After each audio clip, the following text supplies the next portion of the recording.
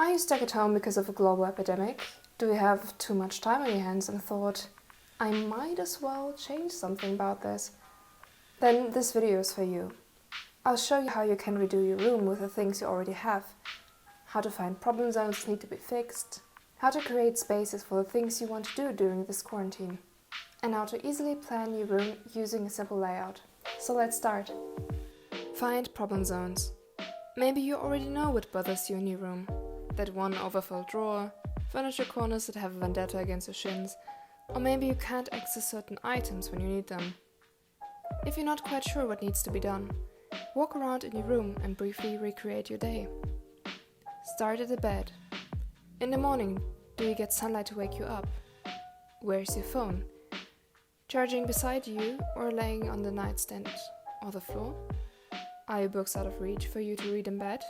Continue to your dresser or closet. Seeing this, do you even want to dress yourself instead of staying in your quarantine pajamas? Can you even open the drawers? How many of your clothes don't fit you anymore? And where's the rest? Under the bed in a box. Do we even know what is in there? Go to your workspace.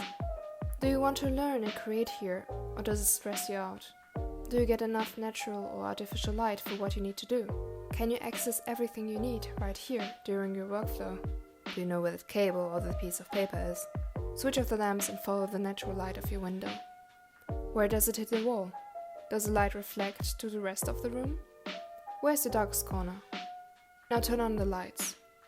Is your room evenly lit? Are the lights where you need them to be? At the bed or chair for reading? Near the mirror for making pictures? Search around for things that have subconsciously bothered you in the past and make your life more difficult. Or search for things that are bothering you now that you spend your whole day in here. Create spaces.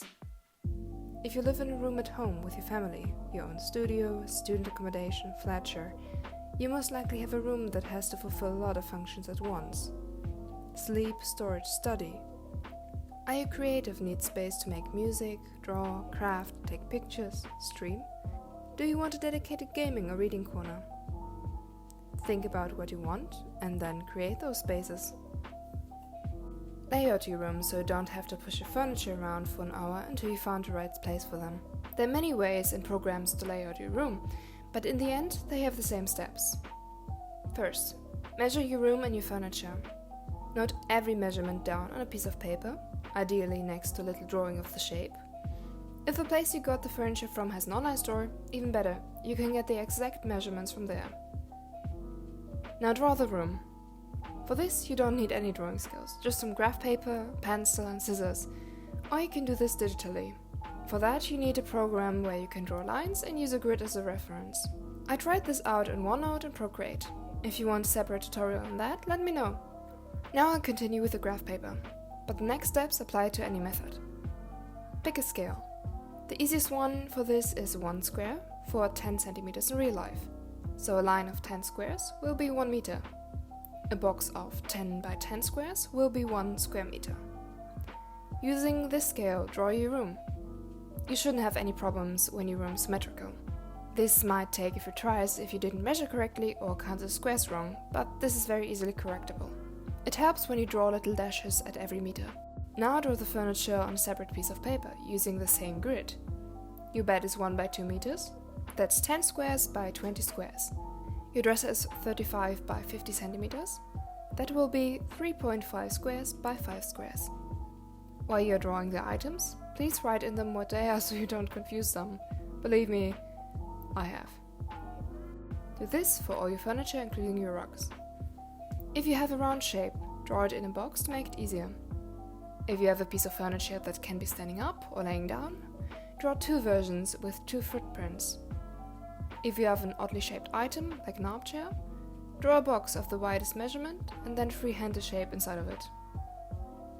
Side note, if you want to make a gallery wall or move the shelves around on the wall, use the same layout method with the measurements of the wall and the items you want to place on there. If you have everything in the right scale, cut them out. Try to cut outside of the outlines so you can still see them. Now you can move them around and try out different placements. Keep in mind that your furniture is usually not flush against the wall, so keep a tiny gap. Putting everything together.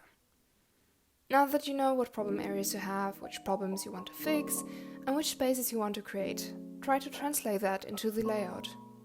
It might help to start with your current layout of your room and then go from there. First, try to solve the most obvious problems you have right now. Maybe move some pieces further away from high traffic areas like your door, so don't trip over them.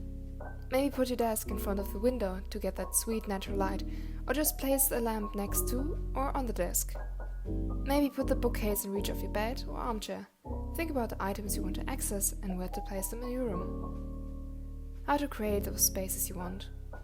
If you have a big room, lucky you. Most of the time it's sufficient to separate areas by space. One corner can be the reading nook with a bookcase, armchair and a lamp. In another corner the sleeping area, and another your workspace with your musical instruments, and so on and so forth. Just leave some space between these areas to separate them. You can even place down individual rocks to visually anchor them. Smaller and oddly shaped rooms are trickier. You can't just space everything out. My room, for example, is quite long and narrow. There are only a few places where the furniture can go because of their size. My bed can be placed at the end of the room, but the corner there is quite cold, so the bed can only go there during the summer. The corner is also very dark. I don't get any sunlight there. This might be problematic for someone who wakes up with sunlight. One way to go around this problem is to get a smart light. You can already get a good one for €20. You can program the sunrise to a time of your choosing to wake you up. If I put my bed into the corner, I can't really put a lot of furniture in front of it in the middle of the room. I could separate the sleeping area from the rest of the room with a shelving unit that I have, but then I don't get any light and I will create a depression cave, and I definitely do not want that. So to solve that, I put my bed across the window. The headboard is now separating my room into two spaces. Because of the aforementioned cold corner, I put down a rug, which again creates a space. Now I have a room within a room. On the other side I have my dresser and clothing rack. I can't really put anything in front of the wall because of the door, and also because of the light. My window faces the north, and the natural light I get hits the wall there. I now keep my stuff away from there, so that the light can bounce off of it. To further the effect, I place the mirror on the wall to reflect the light. Because I always have cold feet, I put a rug in front of the dresser for when I change clothes. This rug, you guessed it, creates another space. You can play around with the layout and try to create different spaces for different purposes. Don't forget to take pictures of the different layouts, so you have them saved. If you want, you can post your favorite layout on your Instagram story and tag me at DorotheaAns, and use the hashtag #StayAtHome and redo your room. Until then, goodbye, stay safe and stay at home, and redo your room.